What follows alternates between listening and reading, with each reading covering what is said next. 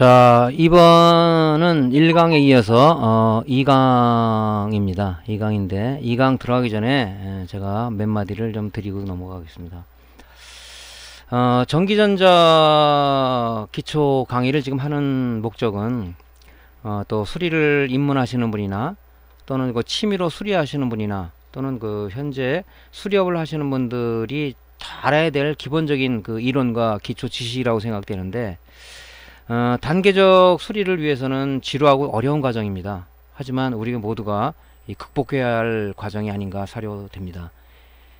또 현재 시중에 많은 그 기초 이론에 관한 서적들이 많은데, 많은 분량의 또 폐지 또는 그 불필요한 내용이 많아서 책을 살 때는 참 가벼운 마음으로 열심히 해야겠다고 하지만은 책 두께에 너무 놀라거나 내용을 보고 하다가 너무 어려워서, 왜냐면 이 기초 이론들이 보통 보면 수학 공식들이 많이 나옵니다. 거기다 오면 그 지쳐서 공부를 포기하는 사례도 많이 보곤 합니다.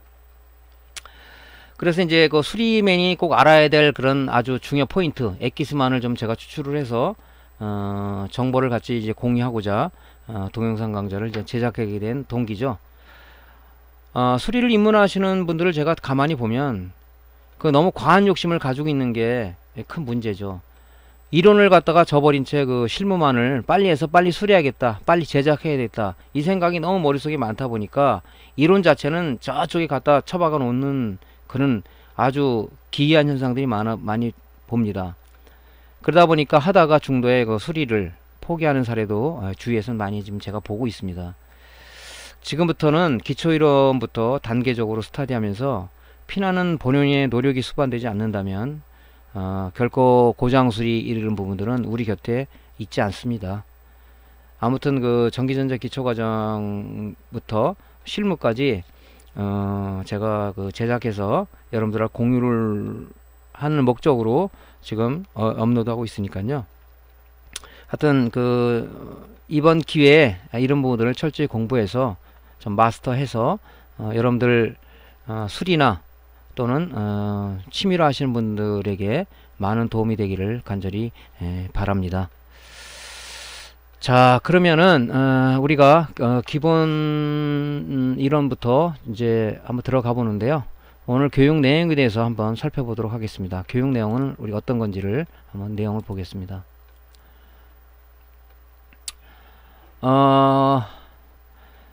자, 우리가 들어가기 전에 강의 전에 우리가 당부의 말씀을 좀 한마디 다시 한번 전해드리고요.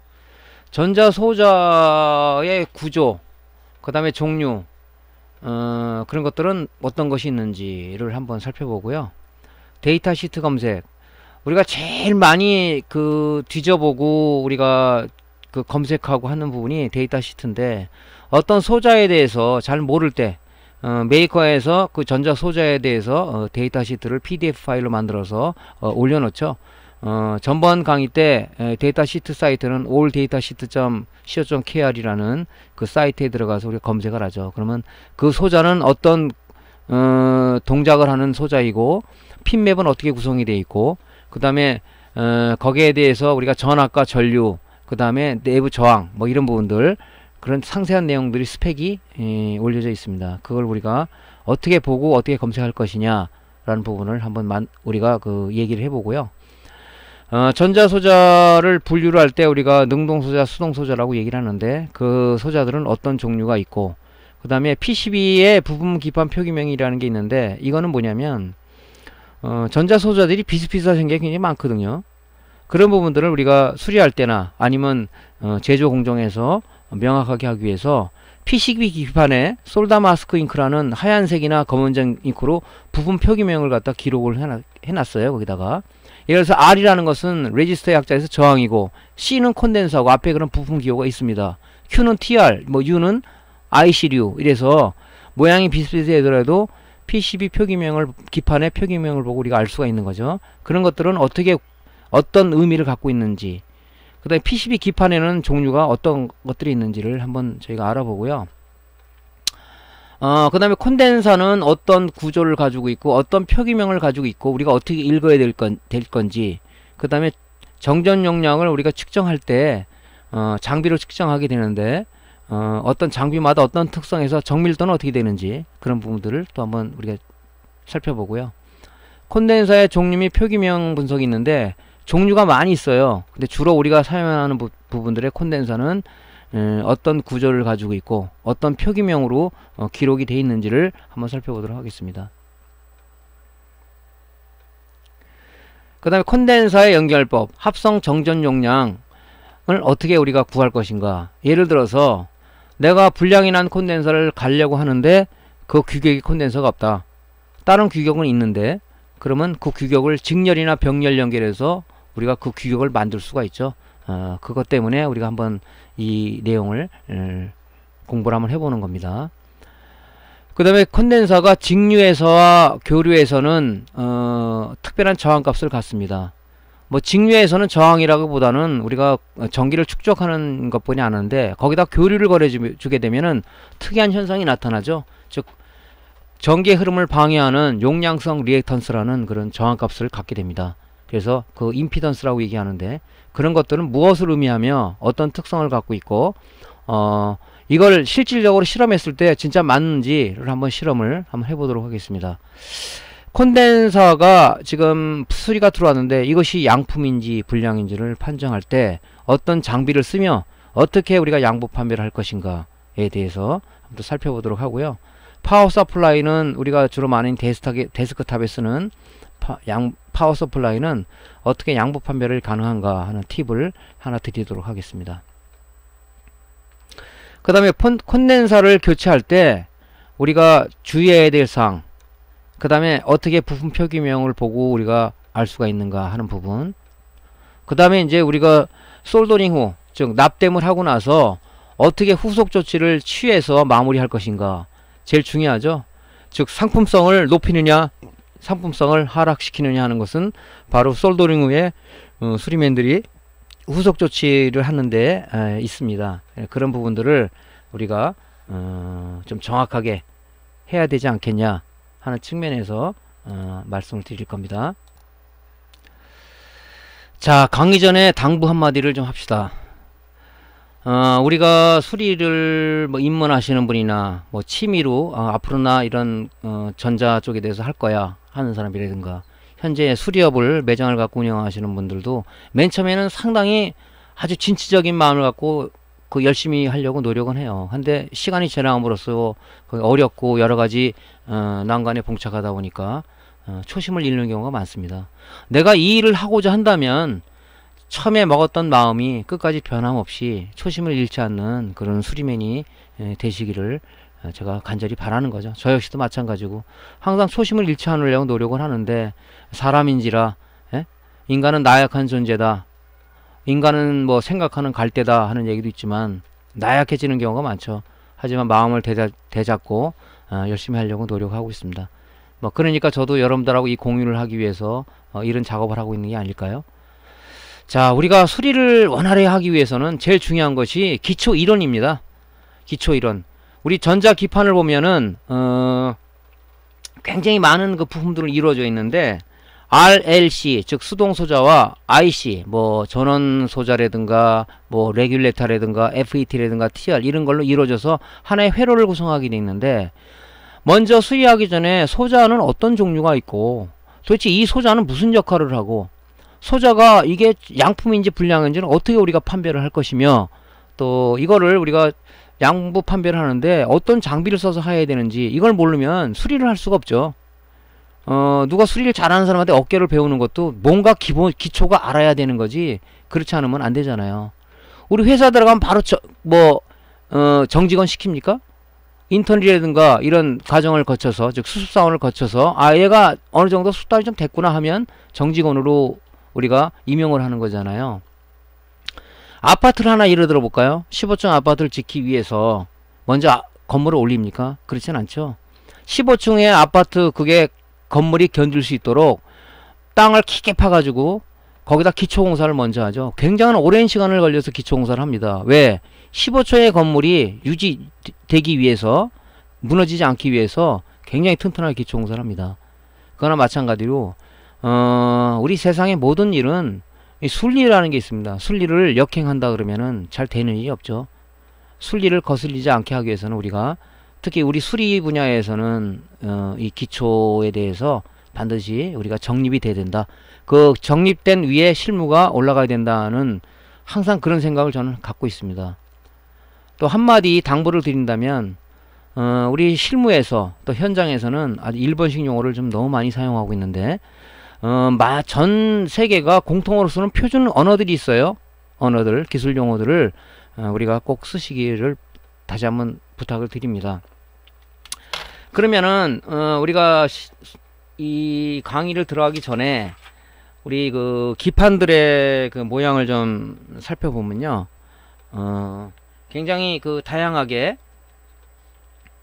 여러 가지 부품으로 결합되어 있는 것을 볼 수 있어요. 예를 들자면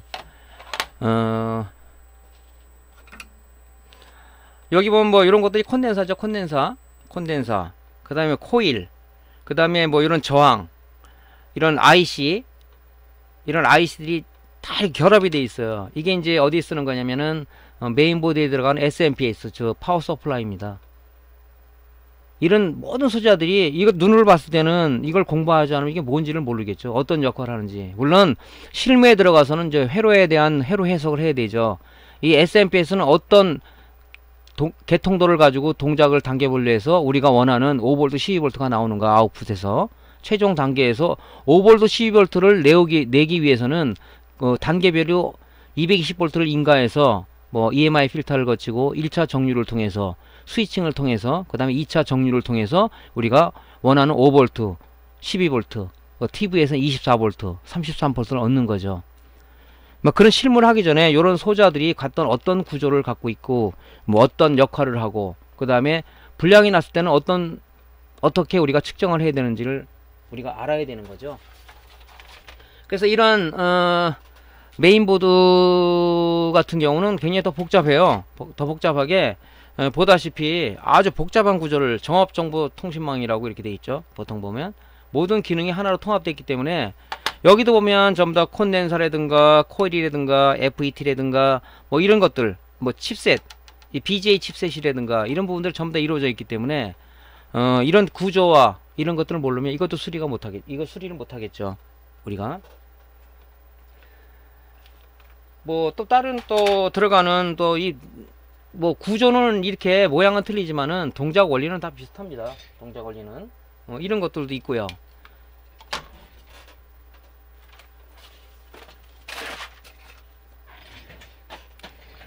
그래서 또 이제 뭐 요런 우리가 요런 보드도 또 우리가 눈으로 나중에 수리하다 보면 볼 수가 있는데, 요거는 이제 뭐냐면은 모니터에 들어간 AED 보드입니다. 즉 데스크탑의 그래픽 카드에서 나온 영상 신호를 받아서 요 스케일러로 집어넣어서 여기서 패널, 즉 액정이 인식할 수 있는 신호를 바꿔서 우리가 패널보드, 액정에 있는 패널보드의 타이밍 컨트롤러로 우리가 영상 신호를 보내게 돼 있죠. 이런 것들도 보면 지금 눈에 보이는 것들이 콘덴서, 코일, 그 다음에 IC 이런 것들을 다 이루어져 있는 거죠. 이게. 그래서 이 기초 과정을 공부하고 나면 이게 뭐네? 이 PCB 표기명을 보고 요거 뭐네? 하고 우리가 양부 측정도 할 수 있는 단계로 이제 올라가는 거죠. 이 1단계로 올라가는 거죠. 이제 거기서부터 이제 우리의 실력은 스킬업이 되는 겁니다. 그래서 잠깐 실제 실물을 제가 보여드리고 강의를 들어가기 위해서 한번 보여드렸습니다. 아주 뭐 복잡하게 되어 있는 것도 많고요. TV는 좀 더 복잡하죠, 이거보다. 왜냐면은 SMPS도 많이 틀립니다, 조금. 그래서 이런 소자를 한번 실물을 보여주고 강의 들어가는 게 좋겠다 해서 한번 보여드렸습니다. 자, 그래서 우리가 이제 본 강의로 한번 들어가 보도록 하겠습니다.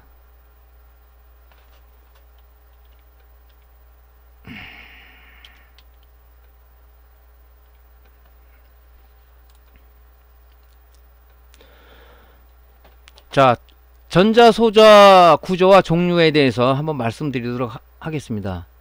지금 전자기술의 발전으로 인해서 모든 것이 집적화, 그러니까 세 개 쓰는 소자를 하나로다가 이렇게 통합을 해서 집적화가 돼가고 있는 IC 형태로 집적화가 되고 있고요. 그런 부분들은 우리가 제품을 갖다가 지금 요즘 나오는 올레드 TV라든가 QLED TV 같은 경우는 굉장히 얇죠. 자꾸 소형화되고 크기는 작아지고 성능은 좋아지고 이렇게 소형화 경량화로 발전되고 있습니다. 그래서 그러다 보니까 제품을 생산할 때도 우리가 PCB 기판에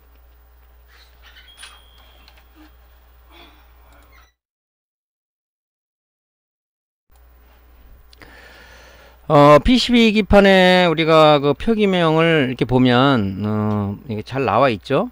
예, 잘 나와 있는데 부품들이 보면 이제 IMT라는 거하고 SMT가 있는데 IMT는 Insert Mounting Technology의 약자고요. SMT는 Surface Mounting Technology, 표면 실장 기술이다.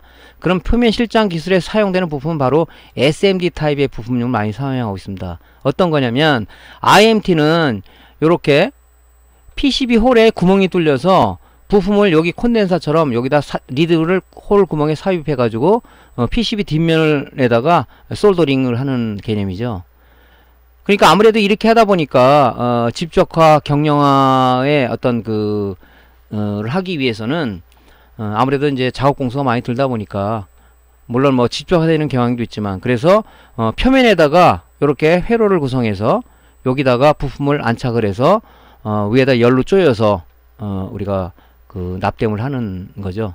그래서 작업성이 좀 많이 뛰어나다고 보는 건데 또 이렇게 SMD 부품으로 가면서 우리 수리맨들은 IMD 부품, 즉 리드 타입의 부품보다는 우리가 띄고 붙이는데 아주 솔더링 기술을 많이 연마를 해야 된다는 그런 또 우리가 점이 있습니다. 그래서 이제 PCB 기판들 보면 아까도 제가 그림으로 사진으로 보여드렸는데 그런 기판들을 보면 SMD 타입 부품들이 굉장히 많이 이루고 있어요. 만약에 100이라고 가져간다면 한 60-70%가 SMD 타입으로 되어 있는 것들 많거든요. 그럼 앞으로 추세는 뭐냐? SMD 타입을 넘어서 BGA 타입으로 나중에 이제 설명드릴 겁니다. BGA 타입으로 되어 있어서 아주 수리하기가 리역 장비가 없으면은 수리하기가 굉장히 골치 아픈 분들이 많아요. 스마트폰을 열어보셨는지 모르겠지만 스마트폰은 거의다가 BGA 타입으로 되어 있는 게 많습니다. 그래서 우리가 이제 이런 제품을 수리하기 위해서는 솔더링, 디솔더링 기술을 굉장히 연마를 해야 되는데 여러분들 당부 드리고 싶은 말씀은 뭐냐면 시중에 보면은 맞는 기판이라는 게 있어요. 맞는 기판.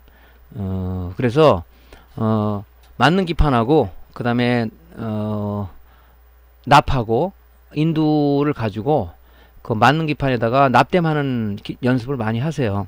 그러면은 맨 처음에는 모양이 제대로 안 나올 겁니다. 뭐 어떤 사람들은 기판에다 이렇게 P자 형식으로 납이 동그랗게 모양이 있어야 반짝반짝하고 모양이 돼야 된다 하고 얘기하시는 분이 있는데 하다 보면 연마가 돼요. 기술이 처음에는 왜 이렇게 잘 안 되지? 납땜이 왜 이렇게 잘 동그랗게 안 되지? 하지만은 자꾸 연습을 하다 보면 이제 솔더링 기술이 많이 늘어나고 뭐 납땜하는 것도 중요하지만 납땜을 띄는 기술도 중요하죠. 그걸 디솔더링이라고 얘기하는데 물론 그 디솔더링 장비들이 좋은 게 많이 나와서 여러분들이 고생 안 하고 뛸 수 있는 것들도 있어요. 근데 이제 그것보다는 그거 하기 전에 우리가 손에 많이 익어야 되니까 그 연습을 많이 해야 되겠죠. 그래서 앞으로는 IMT 타입에서 SMD 타입으로 부품이 전환돼 가고 있고 앞으로도 거의 SMD 타입으로 나오는 곳이 많을 것이다 하는 부분들을 우리가 좀 알고 넘어가면 되겠습니다. 하여튼 솔더링 기술, 납땜하는 기술 이런 부분들을 잘 해야 불량이 안 나겠죠. 납땜을 잘못하게 되면 냉납이 생겨요.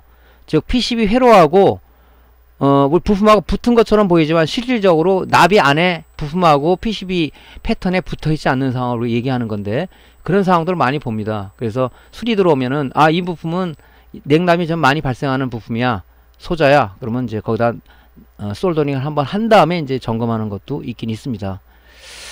자, 그 부분을 한번 말씀드렸고요. SMD하고 IMT라는 것은 알겠죠. 리드 타입의 부품을 우리가 IMD 부품이라고 얘기하고 PCB 기판에 우리가 리드 없이 그냥 그 다리에다가 PCB 패턴에다가 바로 납땜하는 그런 소자들을 우리가 SMD 타입으로 한다. Surface Mounting Device 약자입니다. 이것은. 그럼 우리가 한번 개인이 아니라 우리가 모니터라든가 TV라든가 안에 들어가는 부품들이 굉장히 많은데 그러면 그거를 메이커에서, 즉 양산 체제를 갖춘 공장에서는 우리가 어떻게 그 제품을 생산해 낼까 하는 부분에 대해서 잠깐 동영상을 보여드리도록 할게요. 사람의 손으로 그 많은 부품을 꽂고 이렇게 하기에는 어렵죠. 그래서 뭐 로봇가 하는데 보통 구성되는 그 라인 구조가 자삽 라인, 수삽 라인, SMT 라인으로 구성되어 있어. 자삽은 뭐냐면 자동 삽입기죠. 어떤 리드 타입의 부품들을 자동 삽입기라는 로봇가 그 부품을 갖다가 그 비판에다가 꽂아주는 거죠. 그럼 그걸 로봇가 어떻게 꽂을까? 그 어떤 제품이다 그런 모델이 들어오면은 그 현장 라인에서 그걸 프로그래밍 하는 사람이 있어요. 로봇가 걔를 인식하는, 좌표를 인식하게끔 프로그래밍을 합니다. 프로그래밍을 해서 그 프로그래밍에서 로봇가 그 위치 XY 좌표에 찍어주는 거죠. 그래서 어떻게 찍냐면 이렇게 합니다.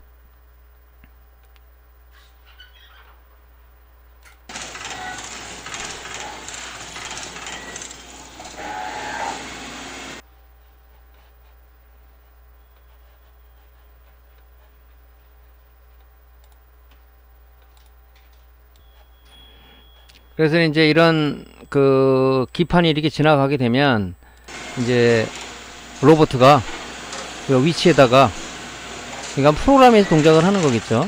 이렇게 부품을 갖다가 이렇게 박아주는 거죠. 이렇게. 그런 이제 자동 삽입 라인이라는 게 있습니다.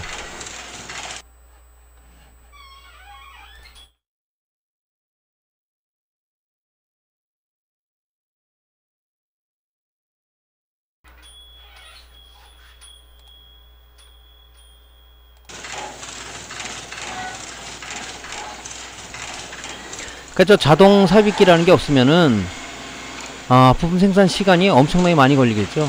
요즘 뭐 모든 공장들이 자동화가 많이 돼서 4차 혁명 때는 이제 지금 4차 혁명이 일어나고 있지 않습니까?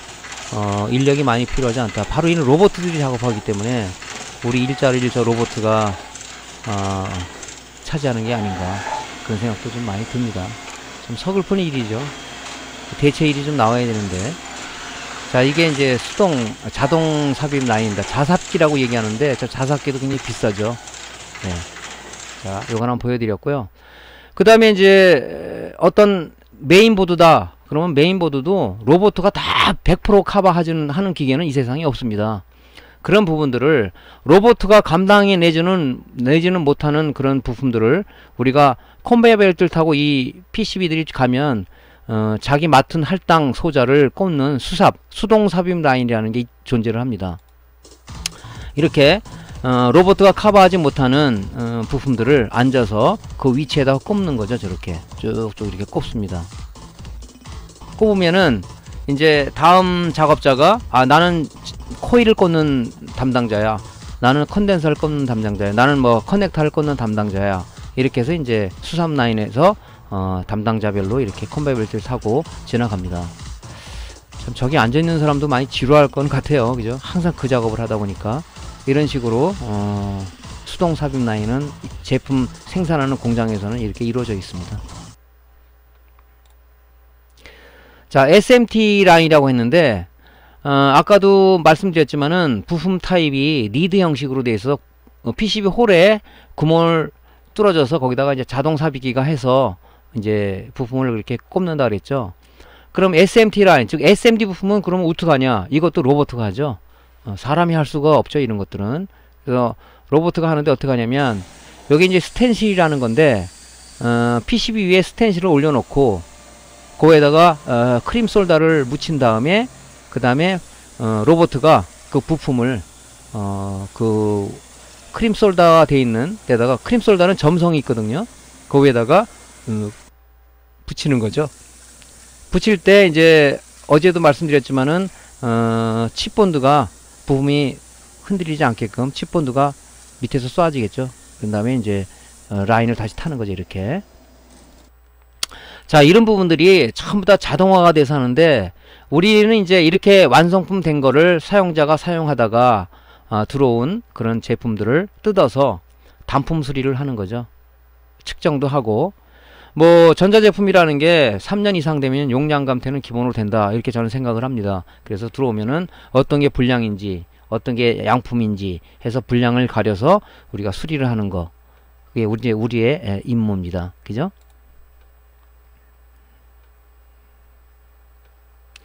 그 다음에 이제 자삽기라든가 그 다음에 뭐 SMT 라인에서 또 아니면 수동삽입 라인에서 부품을 다 꽂았다 그러면 꽂아서 되는 게 아니잖아요. PCB 패턴에 부품을 갖다가 솔더링을 해서 완성품을 만들어야 될 거 아닙니까? 그래서 우리가 소자를 다 붙였으면은 그 다음에 이제 납땜하는 건데 그것도 사람으로 못 하잖아요. 물론 100% 커버 못 하는 것도 있지만 거의 100% 이 부분을 커버를 합니다. 그래서 마지막 단계에서 이제 검사원들이 냉납이 된 게 있다고 그랬죠. 냉납. 뭐 기계를 하다 보니까 사람이 하는 것도 실수가 있는데 기계도 실수가 있겠죠. 기계가 잘못된 부분들을 우리가 확대 경영을 통해서 또는 전자현미경을 통해서 잘못된 부분은 이제 수동으로 인두기로다가 납땜하는 과정도 있습니다. 근데 IMD 소자 즉 리드 타입 부품은 어떤 식으로 라인에서 솔더링을 하는지를 한번 우리 동영상을 보겠습니다.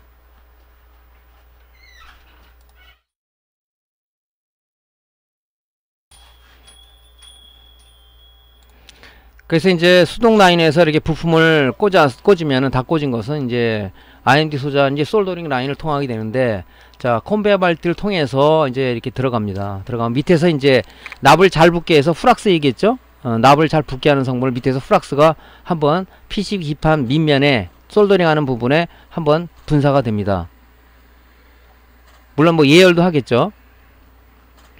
그 다음 이제 이 제품이 지나가면서 이제 납조 우리 디핑기 얘기했죠. 납이 그 안에서 막 끓어요. 이렇게 되면서 납이 끓으면서 이제 웨이브 탄다고 그러는데 납이 이제 위로 이렇게 납물이 위로 이렇게 쑥 올라옵니다. 올라오면은 이제 PCB가 그 밑에 부분을 통과하면서 리드가 즉 부품이 리드가 있는 PCB 표면을 패턴이 있는 표면을 지나가면 납땜이 되는 거죠.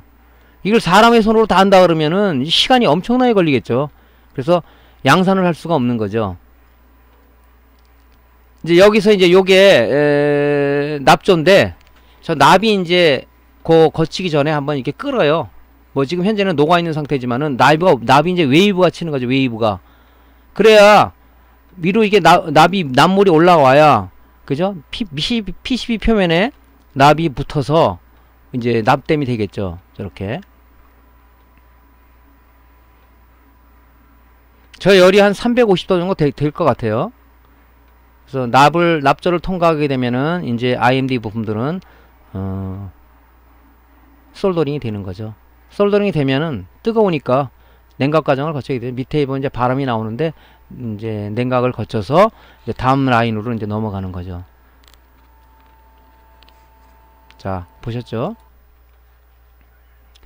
그러면 이제 SMD 부품들은 우리가 어떻게 솔더링 라인을 거치느냐? 솔더링 라인을 거치는 것은 납조가 있는 게 아니라 위에서 열을 쪼입니다. 열을. 우리 SMD 부품 볼 때 이제 열풍기라는 장비를 소개해 드렸는데 전번 시간에 열풍기로다가 위에 쪼여서 그 PCB 패턴과 SMD 소자를 붙이는 거죠. 그러면 라인에서는 공장에서는 어떻게 작업을 하느냐? 이런 식으로 SMT에 관련된 장비들이 이렇게 있습니다. 있으면 이제 SMT 라인에서 SMD 부품을 이렇게 붙였겠죠. 붙이면은 이 라인을 타고 이게 위에 히터인데 히터에서 밑에서 가해주고 위에서 가해줘서 이제 부품을 붙이는 거죠. 저렇게 들어가면 크림 솔더에 의해서 부품이 이렇게 간단하게 붙어 있는데 저렇게 납이 녹으면서 밑에서 열을 쪼이고 위에서 열을 쪼이면서 납들이 저렇게 붙어서 라인을 나오게 되죠. 그럼 여기서 이제 냉각 과정을 거쳐서 제품이 리드 타입 부품과 SMD 타입 부품들은 저렇게 완성이 되는 겁니다. 요게 이제 개인이 아니고 다량으로 양산하는 체제에서의 공장에서의 라인 구조는 이런 식으로 되어 있는 것을 한번 보여드린 거고요. 이제 마지막 단계는 뭐 최종 검사원들이 검사하고 그 다음에 베어보드 테스트라고 해가지고 그 모델을 전반적으로 완성품처럼 테스트할 수 있는 그 지그들이 있어요. 베어보드 테스트를 통해서 분량이 어디 부분에 분량이다. 어떤 회로가 아직 동작이 안 하네. 어떤 소자가 동작 안 하네. 냉납이네. 이런 식으로 해서 마킹을 해주면 이제 그거를 땜하고 보조하는 또 요원들이 있죠. 그래서 최종 검사가 끝나면 이제 포장을 해서 출하가 되는 거죠. 여기 이제 라인 구조죠. 그렇게. 그래서 뭐 공장을 견학해 본 사람들은 뭐 좀 이해가 되겠지만, 이거 어떻게 생산하는 거야 모르시는 분은 좀 도움이 되셨을 줄 압니다. 자, 그럼 전자 소자 종류에는 좀 어떤 것이 있는가 한번 알아보면은, 먼저 SMD 타입의 소자를 말씀드릴게요. SMD는 표면 실장 부품이라고 얘기했습니다. Surface Mounting Device의 약자를 따서 SMD 부품이다 이렇게 얘기합니다. 근데 SMD 부품들은 우리가 종류가 좀 많이 있어요. 많이 있는데 주로 이제 많이 쓰는 것은 우리가 한 4가지 타입 정도 씁니다. 4가지 타입. 여기 이제 SOP 타입이라고 이렇게 있죠. SOP. 요게 이제 SOP 타입 부품인데, 리드가 양쪽 방향으로 이렇게 바깥으로 향하는 IC를 우리가 SOP 타입의 소자다. 그러니까 요렇게 리드가 요렇게 돼 있죠. 요렇게 니은자 형식으로. 여기 이제 PCB가 이렇게 있다면 요게 납땜이 되는 거죠. 요게 납땜. 여기. 그게 이제 SOP 타입 부품이다. 리드가 양쪽 방향으로 바깥으로 향하는 IC를 우리 SOP 타입이다. 그래서 부품 주문할 때 뭐 SOP 타입이에요 이렇게 얘기를 한다든가 해줘야 되지, 아니면은 PLCC 타입으로 올 수도 있다는 얘기예요. 그 다음에 SOJ 타입은 뭐냐면, 리드가 요 SOJ 타입은 리드가 양쪽 방향 안으로, 아까 요거는 바깥으로 니은자인데 얘는 안으로 이렇게 휘어져, 반대 방향으로 이렇게 휘어져 있는 거예요. 이렇게 이 모양이 보이죠. 이렇게 되어 있는 게 SOJ 타입이다. 지금은 이런 부품들을 SOJ 타입들을 많이 쓰지는 않아요. 옛날에는 많이 썼거든요. 이것도 납땜하는 솔더링 기술이 아주 저거 하나면 납땜하기가 아주 난해한 부분이 많습니다. 여기 SOJ 타입들도. 그게 이제 SOJ 타입이다. 그 다음에 이제 QFP, 지금 많이 쓰는 게 SOP 타입, 그 다음에 QFP 타입을 많이 쓰는데, QFP 타입은 뭐냐면 리드가 이렇게 사방 양쪽 방향으로 바깥으로 요런 식으로, 요런 모양으로 니은자 모양을 향하는 IC죠. 요것도 지금 우리가 메인보드에 보면 슈퍼 IO 칩이 있는데, 그거는 QFP 타입으로 128핀의 다리를 가지고 있어요. 이건 납땜할 때 굉장히 어렵습니다. 이 리드들이 작기 때문에 이 핀들이 굉장히 가늘어요. 이거를 납땜하기에는 굉장히 어렵습니다. 그래서 아까도 서론에 얘기했지만은 이 솔더링 기술을 우리가 맞는 기판으로 연습하다든가 많은 숙련과 숙달이 되지 않으면 달인이 될 수가 없다. 어떤 사람이 여기다 납을 갖다 쫙 칠해가지고 우리 그 부자재 쪽에 얘기할 때 솔더웍 얘기죠. 솔더윅 납 흡착 심지로다가 쫙 빨아들여서 아주 깔끔하게 하시는 분도 있어요. 저도 그렇게 많은 방법을 쓰고 있는데, 이 다리가 많다 보니까 납을 그냥 쫙 묻혀야 돼. 이제 다 땜을 해버려. 이 리드가 다 붙잖아요. 동작시키면 타겠죠. 그래서 솔더웍으로다가 우리 이 납을, 엉켜붙은 납을 싹 빨아들이는 거죠. 그것도 하나의 그 방법인데, 나중에 이제 솔더링 하다 보면은 나름대로 그 요령들이 좀 나올 겁니다. 네. 자, 그게 이제 QFP 타입이고요. 그 다음에 이제 PLCC 타입이라고 있어요. 요거는 이제 QFP 반대말은 PLCC다. SOP 반대말은 SOJ다. 이렇게 우리가 농담식으로 얘기합니다. PLC 타입은 마찬가지로 얘는 이렇게 니은자로 되어 있지만 요놈은 반대 방향으로 이렇게 휘어져 있어요. 요런 식으로. 이것도 납땜하는 게 아주 난해합니다. 잘못하면은 뭐 냉납도 나고 그래요. 옛날에 이제 메인보드 같은 경우는 이제 롬이 PLCC 32 타입으로 돼 있어요. 또 옛날에 메인보드에 모니터에 AD보드는 MCU가 이렇게 PLC 44 타입으로 이렇게 돼 있습니다. 그래서 이렇게 기판에 붙어 있는 게 있고, 좀 더 어떤 그 수리하는 사람을 배려한 어떤 그 메이커에서는 요 소켓에다가 이렇게 소켓을 만들어서 여기다 롬을 꽂게끔 돼 있죠. 그래서 이제 롬 이젝터라는 게 필요하다고 말씀드렸죠. 근데 요즘은 이 타입들은 거의 잘 안 쓰죠. 예. 쓰는 경우도 있지만, 물론 뭐 산업용 장비에는 아직도 쓰는 게 많지만, 우리 개인들 쓰는 모니터라든가 메인보드라든가 뭐 그래픽 카드라든가 뭐 TV라든가 것은 SOJ 타입과 PLC 타입은 지금 현재는 사라져가는 그런 부품인데, 뭐 안 쓴다는 얘기는 아닙니다. 써요. 예, 씁니다. 자, 그 다음에 이제 우리 전자 이제 기판들이나 제품들은 전부 다 앞으로 이 BJ 타입화 돼갈 거예요. 이런 칩에다가 이 BJ라는 이 칩은 집적화된 칩이에요. 뭐 10개의 어떤 기능을 하나로 더 통합했기 때문에 이 안에 여기에 볼랍들이 쭉, 이게 다 회로들입니다. 회로들. 이 회로들을 이런 기판에다가 붙이는 거죠. 그러니까 부품 10개 쓸 걸 갖다 이 칩을 하나로 쓰기 때문에, 이런 칩을 하나 쓰기 때문에 제품이 소형화, 경량화 되고 있다. 이게 BJ 칩으로 많이 간다면 우리 수리맨들은 어떤 부분이 있겠습니까? 무진장한 기술이 수반되지 않으면 이 수리하기가 어렵다. 또 BJ 리역 장비가 반드시 있어야 되는데 장비들이 500만원대 이상이니까 이거 그냥 열풍기나 인두기를 뛸 수가 없어요. 이게 열풍기를 뜨는 것도 잘못하면은 이 칩이 이게 손상이 됩니다. 경험하신 분이 있을지 모르겠는데 열풍기 이걸 뛰다가 이게 이 빵처럼 볼록볼록 튀어나오는 경우가 있어요. 이건 죽은 거예요.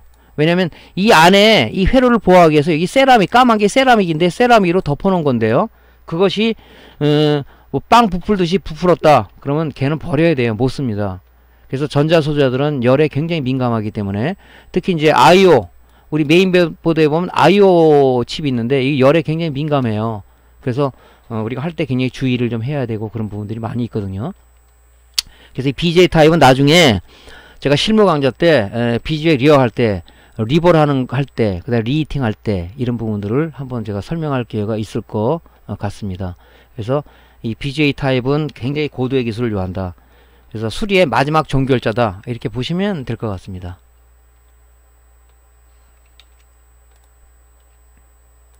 자, IMD 타입의 소자들을 한번 볼게요. IMD 타입 소자들은 우리가 보면 이렇게 리드가 나와 있는 거예요. 리드가 이렇게 리드가.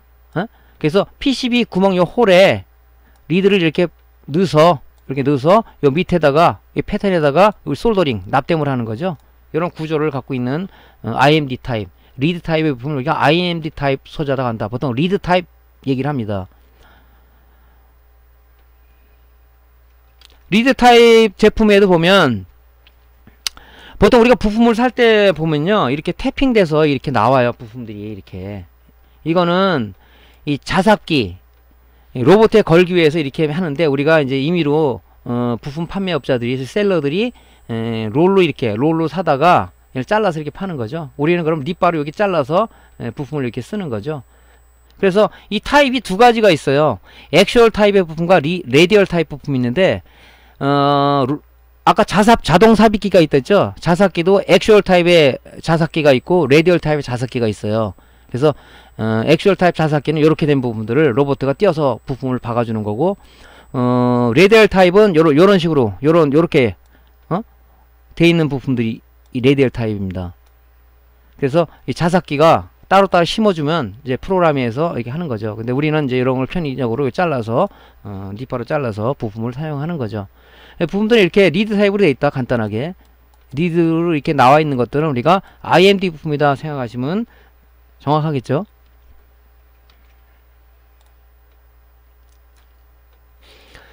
자, 전자 소자 타입을 보면 이 다리가 특이한 모양으로 되어 있는 게 많이 있습니다. 그래서 이제 우리가 이제 데이터 시트를 검색하면은 이제 타입이 어떻다 하는 게 나오는데,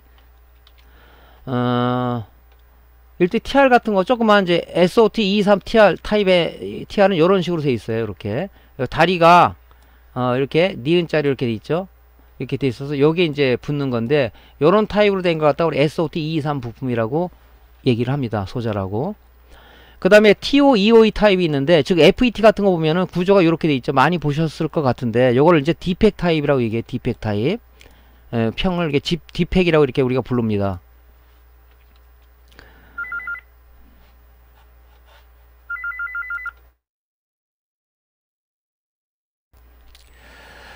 그래서 요 디펙 타입 부품들은 현재는 이제 많이 사라져가고 있는 추세죠. 사라져가고 있는 추세입니다.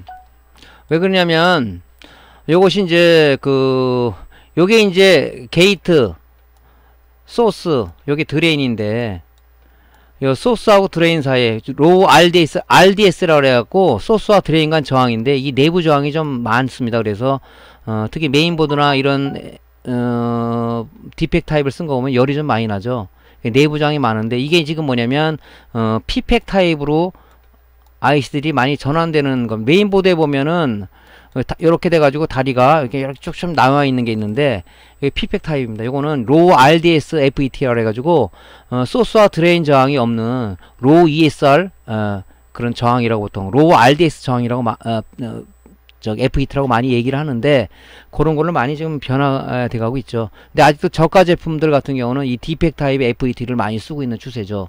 근데 여러분들도 갖고 있는 데스크탑 열어보면은 전원부 쪽에 CPU 위쪽에 보면은 이제 전원 스위칭하는 전원 라인인데 거기는 내부 저항 값이 좀 없는 P팩 타입을 쓴 것은 좀 고급 제품이고요. 요렇게 D팩 타입을 쓴 부품들은 좀 저가 제품들이에요. 저가 제품들을 보면 벌써 나타나죠. 그게 이제 TO252 타입의 D팩 타입이고요. 그 TO251 타입은 이제 I팩이라고 해가지고 얘는 부품이 이렇게 표면 실장하는 거예요. 이렇게 다리가 이렇게 돼 있어서 PCB 표면에 SMD 타입으로 부품이 돼 있는데 이 P팩 타입은 이 PCB 홀 구멍에 이렇게 리드를 삽입해서 쓰는 그런 타입을 251 타입이라고 얘기한다. 그래서 I팩이라고 얘기합니다. 그래서 이제 TR C5707 같은 TR 같은 류는 이렇게 그 I팩으로 되어 있는 게 많아요. 근데 주로 우리가 이런 부분을 잘 사용을 많이 현재는 안 하죠. 근데 간혹 그 외산 모니터 같은 거 보면은 FET를 쓰는 게 아니라 TR로 갖고 스위칭을 해서 인버터 쪽에 스위칭용으로다가 이 I팩을 쓰는 경우도 있습니다. 그래서 현재는 뭐 여러분들이 많이 봤을지는 모르겠는데 요런 I팩 리드 타입의 홀에 부품을 삽입해서 납땜하는 I팩이라는 타입도 있다. 그 다음에 이제 TO220 타입인데요. 요거는 이제 철판 타입이에요. 여기 나사 뚫는 구멍에 이 동판 재질로 돼 있어서 방열판에 히트싱크라고 하죠. 거기다가 나사로 결합하는 그런 구조를 가지고 있어요. 그래서 요건 이제 다리를 PCB 홀 구멍에 넣어서 밑에서 납땜하는 솔더링하는 그런 부품이죠. 즉 우리 모니터의 립스보드에 보면 2차 측 즉 2차 정류 부분에 보면은 쇼트키 다이오드를 쓰는데 쇼트키 다이오드에 보면 주로 이제 이런 220 타입을 많이 씁니다. 근데 이 철판 타입은 잘 안 쓰고요. 이 단점이 뭐냐면 방열판을 결합할 때 이 절연지라는 걸 삽입을 해서 여기다가 얘를 결합해야 되기 때문에 불편하죠. 그래서 이제 TO220F라고 해서 뒤에 F가 붙은 요건 이제 몰드 타입을 얘기합니다. 플라스틱 타입이죠. 여기가 그래서 절연지를 안 껴도 된다. 그 편리함 때문에 주로 우리가 쓰는 게 TO220F 타입의 우리가 쇼트키 다이오드 이런 부분들을 많이 쓰죠. 뭐 FET도 마찬가지고요. 또 PWM 파워 스위치라는 PWM과 FET가 통합되어 있는 파워 스위치들도 이렇게 몰드 타입으로 되는 게 있습니다. 그래서 F는 여기가 요 방열판 부분 요 부분이 우리가 그 플라스틱 같은 재질로 돼 있다. F가 안 붙은 건 철판 타입이다. 요렇게 우리가 보면 되겠죠. 근데 거의 이 몰드 타입의 그 부품들을 현재는 많이 쓰고 있습니다. 저희들이. 전자소자 제조사에 대해서 한번 살펴볼게요. 전자소자 제조사는 많은 제조사가 있지만 주로 우리가 많이 쓰는 회사는 그 독일의 PCA라는 회사가 있고요. 또 이 전원 소자들은 또 뭐 알파 오메가라든가 또 온셈이라든가 또 인피니언, 페어차일드 많이 들어봤죠? 아나칩스, 그다음에 필립스, ST 마이크로 일렉트로닉스 제품을 우리가 많이 씁니다. 많이 접합니다. 어떻게 접하냐면은 보통 이렇게 FET라고 이렇게 보면 다리가 이렇게 3개 나와 있잖아요. 이렇게 여기에 보면 이 로고들이 있어요. 로고들. 요런 로고들이 있는 거죠. 뭐 온자라고 된 동그랗게 온자로 된 것, 온세미 제품이구나. 뭐 FDS 같은 경우는 뭐 페어차일드구나. 뭐 요런 로고가 있는 게 있고 생략되어 있는 게 있어요. 그걸 보고도 우리가 알 수가 있는데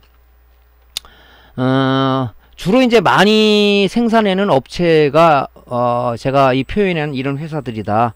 그래서 참고적으로 아시면 좋을 것 같아요. 내가 소재해 보니까 뭐 앞에 온이라고 찍혀 있네. 이런 거 모른 다음에 어느 회사 제품인지 모르잖아요. 그죠? 온셈이라는 이 소자 제조업체에서 만든 거구나. 또 AP 데이터 아나칩스라구나. AO?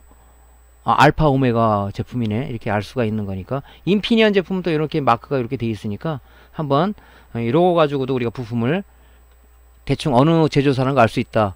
그래서 뭐 데이터 시트 검색할 때 좀 도움은 되겠죠. 자, 데이터 검색 방법에 대해서 한번 알아보겠습니다. 내가 지금 찾고자 하는 부품명의 표기명을 봤는데 도대체 모르겠어요. 이게 핀맵이 어떻게 되고, 이거 SOIC 8핀짜리 SOP 8핀짜리 IC인데 이게 또 핀맵이 어떻게 되고, 핀맵이 다 공통으로 똑같으면 얼마나 좋겠습니까? 그렇지는 않잖아요. 그러다 보니까 데이터 시트를 검색하는데, 데이터 시트 검색 다이스는 alldatasheet.co.kr이라는 웹사이트를 많이 활용을 합니다. 그래서 우리가 검색할 때 여기다가 부품명을 이렇게 넣고 검색 버튼을 클릭하게 되면은 관련된 항목들이 쭉 디스플레이가 되죠.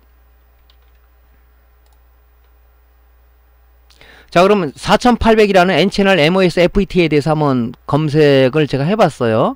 요거는 어디에 많이 쓰냐면은 우리 모니터에 보면, 즉 CCFL 방식, 즉 형광등 방식의 모니터의 인버터에 보면 4800이라는 4600, 4800이라는 스위칭 FET를 많이 사용합니다. 그게 이제 아까 생소하진 않죠. 이게 바로 SOP 타입, 즉 리드가 양쪽 방향으로 나와 있는 IC를 우리가 SOP 타입 부품이라고 한다. 그래서 요 타입은 IMD, 즉 부품을 이 홀에 넣는 방식이 아니라 표면 실장 기술이라고 표면에다가 우리가 부품을 부착하는 방식이기 때문에 이걸 SMD 소자라고 얘기하죠. 다 말씀드린 거니까 지금 설명에 뭐 이해가 될 겁니다. 검색해 봤더니 이 제품은 N채널, 뭐 나중에 이제 소자 들어갈 때 이게 N채널이 무슨 역할이고 P채널이 무슨 역할이고 이 전자의 흐름을 얘기하는 거죠.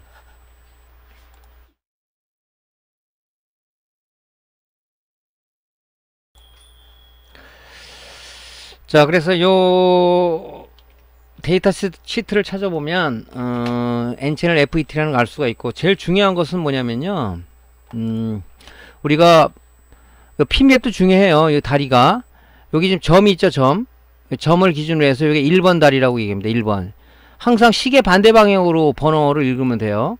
1번, 2번, 3번, 4번에서 여기가 8번이죠. 그래서 맨 위에 단자는 드레인 단자고, 여기가 소스 게이트, 요거는 이제 N채널 싱글 채널이죠. 얘가 듀얼 채널로 되는 것은 이게 FET가 두 개 들어가 있는 건데, 얘는 싱글 채널이죠. 그래서 여기 제일 중요한 건 뭐냐면, 내가 이 부품이 없다 그러면은 이 대체품을 써야 되는데, VDS 요 소스와 드레인 간 전압이 얼마짜리냐, 이게 30V용이네요. 그 다음에 드레인과 소스 간 저항, 아까 D팩 타입의 부품들은 내부 저항이 많아서 열이 많이 난다고 그랬죠. 요런 구조로 생겼는데 P팩 타입이라고 있어요. 그런 것들은 내부 저항 값이 좋은데, 얘는 드레인과 소스 간의 RDS가 18mΩ이에요. 저항 값이 있다고요. 그래서 좀 열이 납니다, 쓰다 보면. 그 다음에 드레인과 소스 간의 이 전류 흐름이 이렇게 되죠. 이 방향이 그는 9.6A다. 그래서 제일 중요한 것은 이 VDS하고 ID 값이 얼마냐. 예를 들어서 지금 띈 부품이 60V 5A짜리인데 이 30V짜리를 대체 쓰면 되겠습니까? 안 되죠. 항상 자기가 사용하고자 하는 부분이 똑같은 게 있으면 문제가 틀리는데, 없다면 약간의 그 전압하고 전류가 높은 거를 그보다 낮은 거 쓰면 안 되고 써야 되겠죠. 그래서 정상적으로 우리가 조회했을 때는 이제 이런 데이터 시트가 나옵니다. 이거는 정상적으로 검색했을 때 얘기예요. 4800이라는 N채널 FET를. 근데 우리가 이제 검색을 할 때 잘못된 데이터 시트는 우리가 어떻게 검색하느냐, 요 4800만 보고 이 로고가 없는 게 있다고 그랬죠. 로고가 없는 게, 이 로고가 4800만 보고 여기다 딱 쳐서 우리가 조회를 한번 해봤더니 엉뚱한 뭐 희한한 망측한 게 나와요. 이렇게, 그죠? 이렇게 나옵니다. 내가 찾는 게 없네, 이렇게 하면 안 되고, 항상 앞에 제조사를 붙여주는 방식으로 하면 돼요. 여기 보면 표기명이 지금 잘 안 보이는데 AP라고 되어 있습니다. AP는 아나칩스에서 만든 8핀 FET입니다. AP 4800으로 검색해야 이게 나오겠죠. 그래서 잘못된 이 품번 갖고 이 검색을 하게 되면은 우리가 원치 않는 게 나와서 이거 데이터 시트 안 올린 거네, 이렇게 생각을 할 수가 있는데, 앞에다가 정상적으로 이 AP라는 제조사하고 4800을 했을 때는 정확하게 나옵니다. 여기 보면 N채널 FET라고 나오죠. 그래서 얘네들이 이렇게 PDF 파일로 웹사이트에 올려놨습니다. 그래서 우리가 4800 N채널 FET를 어떤 구조를 가지고 있는 핀맵인지, 그 다음에 내부 정확값이 얼마고, 그 다음에 전압은 얼마고, 전류가 얼마라는 것을 우리가 바로 알아낼 수가 있는 거죠. 그래서 이제 검색을 하면은 이제 이렇게 그 표시가 되는데, PDF 파일을 이렇게 누르면은 이렇게 나와요. 이쪽으로 이렇게 이 PDF를 눌러야지. 그러면 이제 이렇게 정상적으로 우리가 원하는 데이터 시트를 얻을 수가 있다, 그런 얘기죠.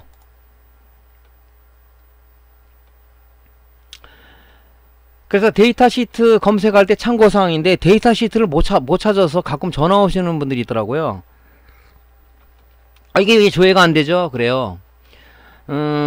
참고적으로 말씀드리면, FET 소자들은 알파 오메가, 아나칩스, FDS에서 제일 많이 생산하고 있습니다. 알파 오메가, 아나칩스, 헤어철드에서 많이 생산하는, 초기 젠 처음에서부터 많이 생산을 했고 지금도 많이 생산하고 있고, 그래서 품번이 없다 그래도 앞에다가 AO, AP나 FDS를 붙여서 이 품번을 뒤에 붙여서 검색을 하면 아니 많이 검색이 됩니다. 그러니까 앞에 로고가 없어 어디 거지 하지 마시고, 만약에 뭐 품명만 있고 로고가 지금 지워졌거나 없거나 하면은 앞에다가 이렇게 3개 제조사를 붙여서 한번 검색을 해보면은 대부분 될 겁니다. 또 이제 이게 C5707이라는 이게 TR이 있는데요. 물론 C5707로 되지만은 보통 앞에 ESC를 붙여서 검색을 합니다.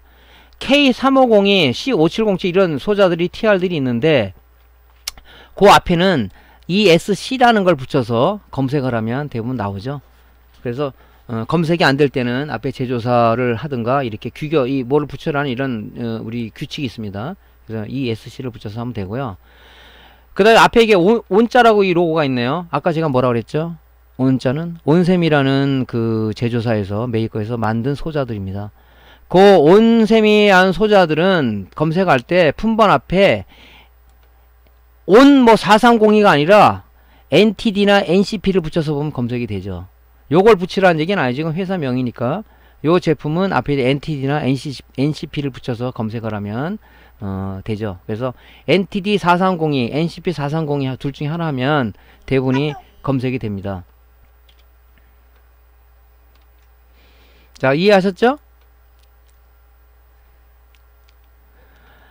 자, 전자소자 분류 및 PCB 부품 표기명에 대해서 한번 검토를 하겠습니다.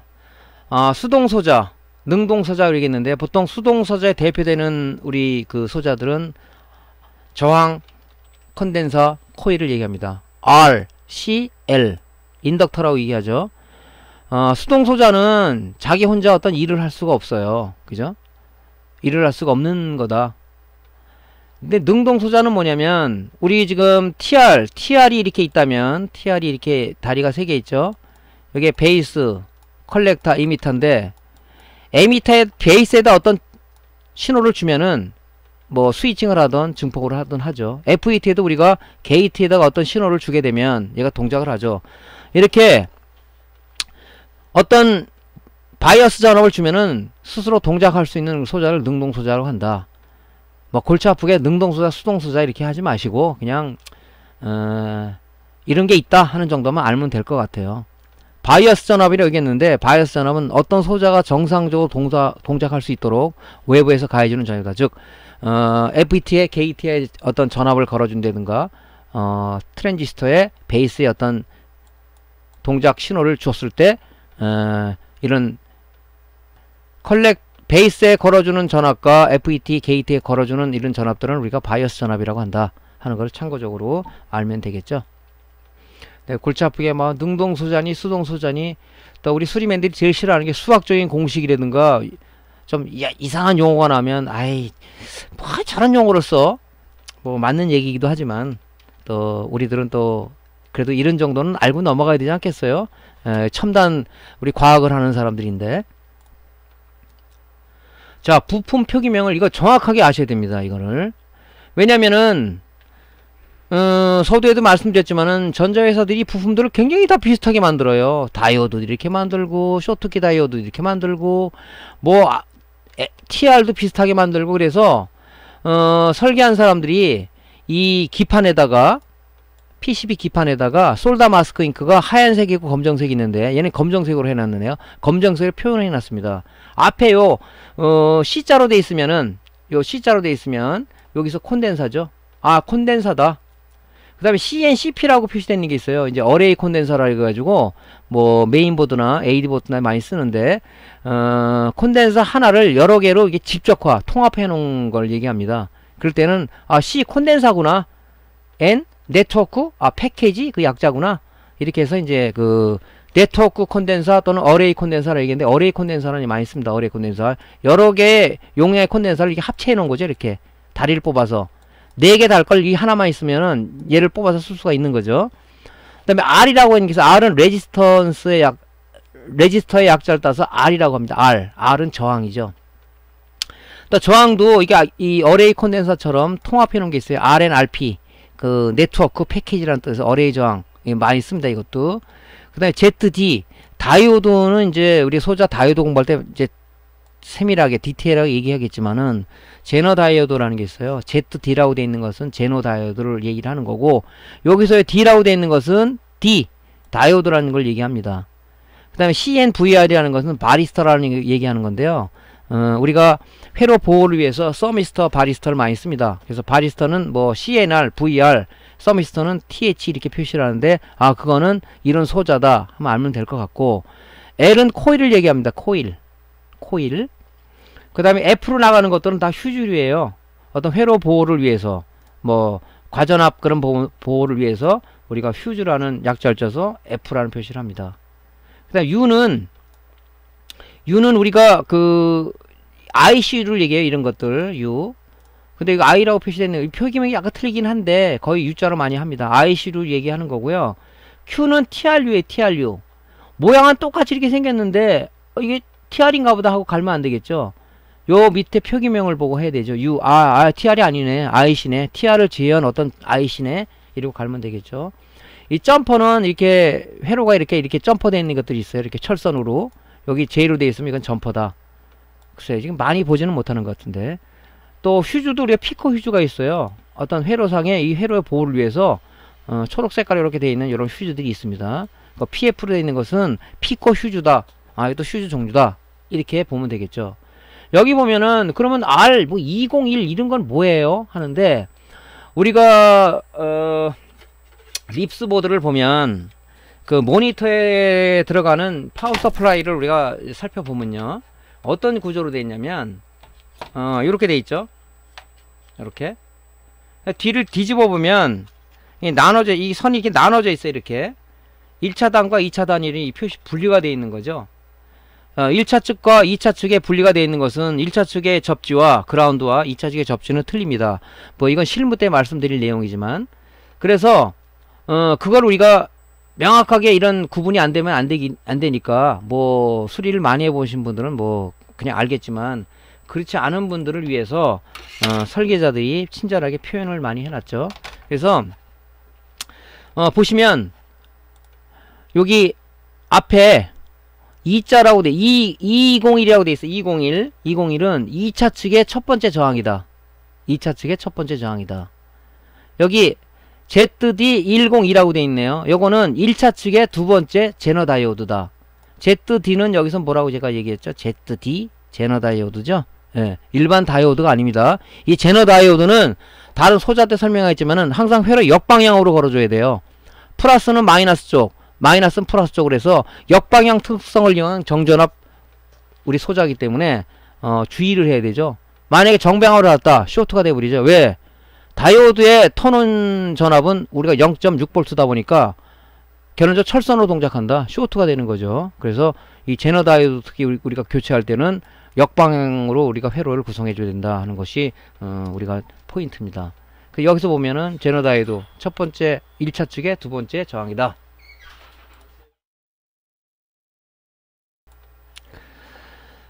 그래서 이제 PCB 기판 표기명은 이렇게 되어 있어요. 그래서 좀 잘 안 보이게 표시되어 있는 것 같은데 대부분이 이제 이런 것들을 우리가 보기 위해서 우리 갖춰야 될 기본 장비에서 룻벨이라든가 전자현미경이 필요한 겁니다. 그때 이 조그만 기판들 같은 경우는 눈으로 확인하기가 굉장히 좀 어렵거든요. 그래서 이제 룻배로 가서 돋보기를 이렇게 본다든가 해서 아 요게 이제 다이오드네, TR이네. 뭐 수리 많이 해본 사람들은 에이 저거 뭐야 그걸 알 수 있겠지만은 뭐 수리 입문하시는 분들은 어렵죠, 그런 부분들이. 그래서 그렇게 요 표기명을 보고 우리가 소자에 대한 종류를 알면 되겠습니다. 자, 오늘 강의는 여기까지 하고요. 다음 시간에는 이제 콘덴서에 대해서, 즉 C라고 표시되어 있는 캐패시터에 대해서 공부하도록 하겠습니다. 오늘 시청해주셔서 고맙고요. 예, 다음 시간에 다시 여러분들 뵙겠습니다. 감사합니다.